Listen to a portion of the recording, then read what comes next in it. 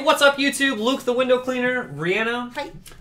Welcome to Hangouts. Today we're joined with Matt from the Service Industry Coach. Matt, how you doing?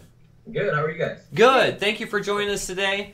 Matt, could you tell us a little bit about yourself? Yep. So I live here in Michigan. I own two service companies. One is a cleaning business called the Dirt Hunter. Primarily offer window cleaning, pressure cleaning, gutter cleaning, and roof cleaning. And then we also own a company called Michigan Paint Co. Interior, exterior painting. So those are my two major businesses here in Michigan. Okay. I did not know that you did that you had the painting company too. Yeah. Yep. And which one did you start first? The Dirt Hunter. The Dirt Hunter. And Yeah. how long have you been in business now? This is our fourth season. Okay, cool. And can you tell us what inspired you to get into not just being a small business owner, but specifically what got you into window cleaning, I guess? Yeah. I went to Bible college and thinking I wanted to be a pastor, and I finished realizing it wasn't what I was supposed to do. And backtrack a little bit back to my senior year in high school, I started a lawn care business, and when I went to Bible college, I sold my accounts, and it wasn't a huge business, but I did okay for my age, and I just always had that drive to be a business owner. And so that's kind of what I went back to. I didn't have a huge budget to start anything, and there wasn't a lot of competition in our area. What a lot of people don't know is we actually started out as a carpet cleaning company. Okay. That offered window cleaning as an upsell. And I quickly realized that window cleaning was a better fit for me than carpet cleaning, and I thought I could train people a lot easier on that service rather than sending them out to clean carpets. So we kind of transferred over after that first season. We don't do carpet cleaning at all anymore, but that's kind of how we started. That's interesting because we know a lot of guys that have done the reverse, I think, in that. So it's really interesting to hear that you started in carpet cleaning and then We were actually talking about getting into carpet cleaning. Yeah. Is it just the training that made you steer clear, or is it just... Yeah, I think long term. I was just thinking long term. You know, I wanted to be able to hire people and train them as easy as possible. And there's just a lot to carpet cleaning. Yes. Mixing chemicals and all this other stuff, and I think the liability is a lot higher being inside people's homes cleaning carpet. Yeah. That's a reason why we haven't jumped into it yet, because of all of the expenses and liability and everything. So it totally makes sense. Yeah, a lot harder to scale too, right? Because if you're buying a truck mount, let's say that's $15,000-$20,000. Every time you add a truck, that's how much you're paying to add a truck for window cleaning. You know, you might have a couple $1,000 into equipment, and then you can scale easier. So okay. And how many trucks and crews do you have right now? This year we're running 4 trucks. That's awesome, man. Congratulations, dude. Thanks. And you did that. You built your company in what time frame? This is year 4. Year 4. So in 4 years, you went from yourself, I'm assuming, or was it you and a partner, I think? Yeah, so I actually started the company by myself. And then after year 1, I had a partner buy in. And so I own 51%, he owns 49%. Okay. He also is partners with me in the paint business now, too.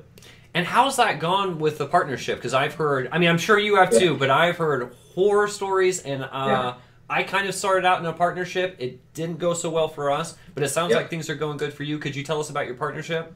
Yeah, first year we were in it was really hard. When I picked him as a partner, I just recognized that he was good at things I was bad at, and vice versa. And so I think that's a big deal. You don't want to pick somebody who is equally good at the same things as you. But first year was so hard, man. I mean, there was times that we both wanted to kill each other and almost quit. I mean, we had conversations like, hey, I don't think this is going to work. And you just work things out. And, now we're in year 4 and we know our roles, and it works really good. Good. If you had to give advice to somebody, because I get this asked all the time, so is Reanna, about partnerships. What would the biggest piece of advice you give to someone if they were just starting out and they were just starting out with a partner? I guess it would depend if this is their first business, but probably what I said, find somebody, if you're a good sales guy, you're good at marketing, you may not want to find a partner who's good at sales and marketing. You may want to find a partner who's good at managing employees, managing people, hard work around the truck, that kind of thing. Which that's kind of Jake's role, my partner. I don't like managing people that much. I'm actually decent at it, but it's not something I enjoy. Okay. And so, I just think finding somebody that can do what you're not great at well is probably the biggest advice I could give. Would you say that writing up contracts and clearly specifying each partner's role in the company is critical? Oh, for sure, yeah. So we had an attorney write up our operating agreement and very clearly put our roles in there. That way, 2 years down the road, if he wasn't following his rules or I wasn't following mine, we would have a way to obviously move the business forward without that person in it. That way one person doesn't kill the company. Okay. Yeah. Where do you foresee, or where are you hoping that the company is going to be in 10 years? Or where are you going to be in 10 years? Yeah. It's a good question where I'm going to be. I don't know. I'm kind of the guy that's always going to probably have more than one company. Okay. From day one, I've always wanted to systemize the business to a point where I could kind of exit it or maybe work on it a handful of hours a week and not have to be there all the time so it runs smoothly, which I think we're pretty successful at so far. It's not totally 100% there, but a couple of years from now, I plan on hopefully be able to hire somebody to completely replace me. And so that's the goal, and then just hopefully grow it, Okay. What are some of the most key systems that you feel that you put in place to start getting closer to that goal and automizing the company? Well, for one, I think the biggest thing for us is systemizing employees that are out on the trucks. First off, finding employees is super hard, so finding good people who are willing to work hard for you, learning how to take care of them, making them feel like you care about them. Those are, first off, the two most important things. But systemizing the way they interact with customers. And this is kind of not newish, but as of last year, office roles, their office manager, systemizing things that they're doing has really freed me up big time. So I used to have to answer all the phones, deal with all the invoices, all that kind of stuff. Now, that's all taken care of for me. So it opens a whole new world of me being able to really brainstorm how can I grow the business in unique ways. And I'm still out there doing a lot of the quotes and stuff like that. But and this isn't me bragging, but I haven't been on a truck in over 2 years cleaning windows. Awesome, man. And I think it's a big reason why we've grown so fast, honestly. So I put guys on a truck. I tried to get off as fast as possible, which meant I had to pay myself less. But I knew in the long run it would pay off. Mm.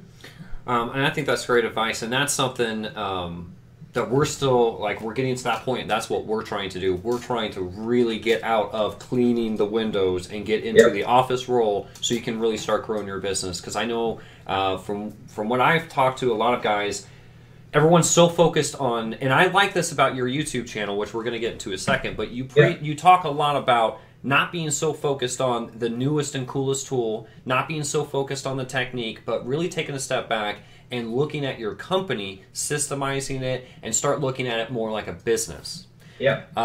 What are some tips you could give guys on how to do that? Because it is so hard, because I think we're all guilty sometimes of getting into that rut of I have to worry about the newest tool, the newest technique. What are some tips you could give guys how to break away from that? Yeah, sorry if you can hear my dog's barking. No, you're good, man. No. So for me, the biggest thing I always talk to people about is sales, right? And so without sales, you can't really do anything. And so what we focused on in year 2 was marketing the crap out of our company. What we recognized was in the beginning is we would get really busy. We'd send out, let's say, a couple thousand postcards. We would fill up, 2 or 3 weeks worth of work.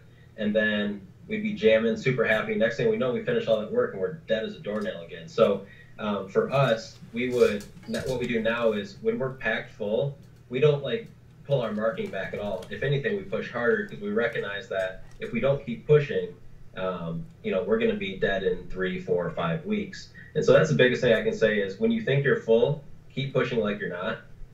Because what that does, that brings more income in, allows you to hire people, allows you to exit from that position. Yeah. And then you can really start to work on the business. Another thing is not to feel like you can't start working on systemizing your company now, even maybe if you're a one-man show. I know a lot of guys I talk to don't even have any kind of CRM software. We use the customer factor to keep track of all of our customers, all of our invoicing. Guys are using, whatever they're using, whether it's, just paper. Guilty of it somewhat, man. Yeah. It just has to happen. And so for guys that are, well, I only have 2 or 3 jobs a week, it's just start now, because what we recognized is things that we put off because we didn't feel like we were big enough, it's so hard to change it once you're bigger. You know, when you're doing 100, 200, $300,000 a year, that's when, you know, creating new systems gets tough because your employees are already used to doing things a certain way.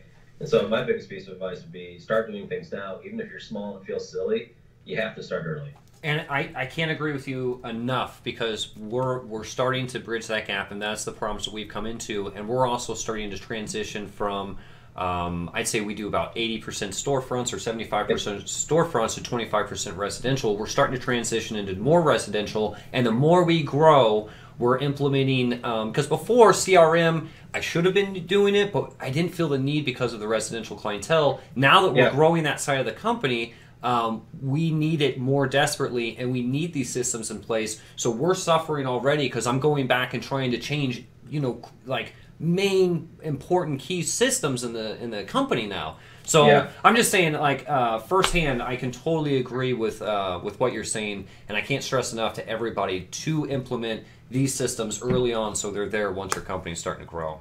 For sure. I wanted to ask you, what started what made you want to start the YouTube channel? I wanted to help people, you know, like when I got started, I was lucky enough to know 2 or 3 guys that had similar companies to what I was starting. Probably my main mentor just sold his pest control business a year and a half ago for $23 million. And I still meet with him on almost a monthly basis. And so I had people that were willing to help me. And I just know there's a lot of people out there who are trying to start a business or trying to make it. And if they had some clear guidance, without, you know, all these online sales guys trying to sell them, you know, nothing for $1,000 a month or whatever it is. Yes.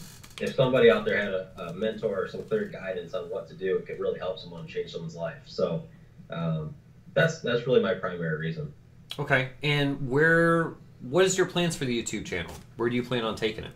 Yeah, so I mean, as you guys know, I make, you know, short videos based on just certain topics that I think help people, just little tips and tricks, and I'm going to keep doing that. I would love to start doing maybe a little bit of vlogging with it. Okay. I would like to do a lot more hands-on type training where people see us doing sales calls and the scripts we use and stuff like that. I think there's a lot of value in that.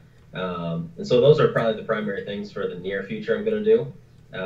I don't really have a huge passion to do how-to videos or stuff like that, and they may pop up here and there, but that's just not who I am. Yeah, totally, man. Yeah, There's so enough of us out there. I'm more talking the business side. Yeah, I'm talking the business side of things, and you know, there's guys out there who do the how-to stuff a lot better than I can, so I'm not that great at cleaning windows. Yeah, no, I don't think you heard Reanna. There's plenty of how-to videos out there, so sure. Yeah. That's what really drew us to your channel, because I'll be honest, it is difficult to give business advice, and sometimes we are cautious of doing it, and we are a little reserved because I'd like to think that we try to be very honest with our viewers, and we don't have a huge company. And we're not necessarily happy with what we're doing right now, and so we're trying to change things. We're looking into more, you know, the business side of YouTube even, so we're looking for those videos, and so that's how we found you. Yeah.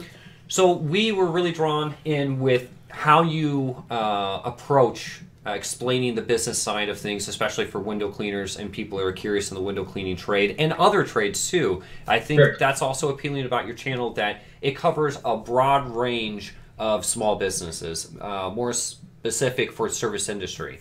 So what do you think, let's say 3 years down the road, your channel blows up, it's got, you know, 30,000 subscribers or 50,000 subscribers. What is going to set yourself apart from the other, and I don't want to group anyone in any kind of category, but what would set you apart from other business coaches? I'm actually doing what I'm talking about. You know? Touché. That's one reason we like you too, because, you know, you're not shy to take the viewers to the office, to show them around, show them what you're doing. That's pretty cool, man. So yeah, I'm just being honest. I mean, I'm tired of hearing and seeing people I personally know on YouTube, on Facebook, fudging numbers about their company when I know it's not true, and selling them stuff based off those numbers, and people are buying into crap, and it's just crazy. You know, and that's just the internet now, and hopefully people are wising up to that. But if I can help people, you know, learn from somebody who's actually doing something and not fudging my numbers. And I'll just be real with people. You know, I don't have $1 million business, but I'm going to get there one day, and hopefully I can bring some people along the way. That's awesome. And I can't tell you how much we appreciate your channel and what you're doing, because that's always what we're preaching to people. Just be cautious on the information you soak up and who you're listening to. And because I can't tell people enough how damaging this could be to you or to your business down the road. So we stand behind your message. We really enjoy your channel and the content that you put out and the message that you have. We appreciate you starting the YouTube channel. I believe it or not, I mean, for some reason everybody thinks that we're like window cleaning gurus or something. We're still learning too, and we take a lot from your videos as well. You're obviously running a much larger operation than we are. And I mean, one of my favorite videos you did, honestly, was the one where you were calling your call list. You went through your call list and you were calling your customers. I think those videos would be so helpful for viewers to see how a larger business does this. Because sometimes for us little guys, it feels silly. Like we feel almost like desperate, like you're calling these people. And it's I guess it's a little reassuring, or it's nice to see the bigger guys do the same thing that we do as well. Yeah, you got to. I mean, that's it, just to give you a little 2 minutes in our spring season. That's how we book most of our work, is off of our current customer list. So we have like 1,200 some customers, and Kenna and Thomas, they call them. They go through the list 2 or 3 times and sign up as many people as possible. And so yeah, it's not silly. It just has to happen. Yeah. Awesome. Well, Matt, thank you very much for joining us today. We really appreciate it. No problem. Thank you. It is Easter, so we really appreciate you taking time out of your day to join us. Everybody watching, again, this is Matt from the Service Industry Coach. I will leave a link in the description below to his channel. Please go check him out if you're looking for business advice in general or specifically for window cleaning. This is the guy to check out right here. Thank you again, Matt. Cool. Thanks, guys. Appreciate it. Bye.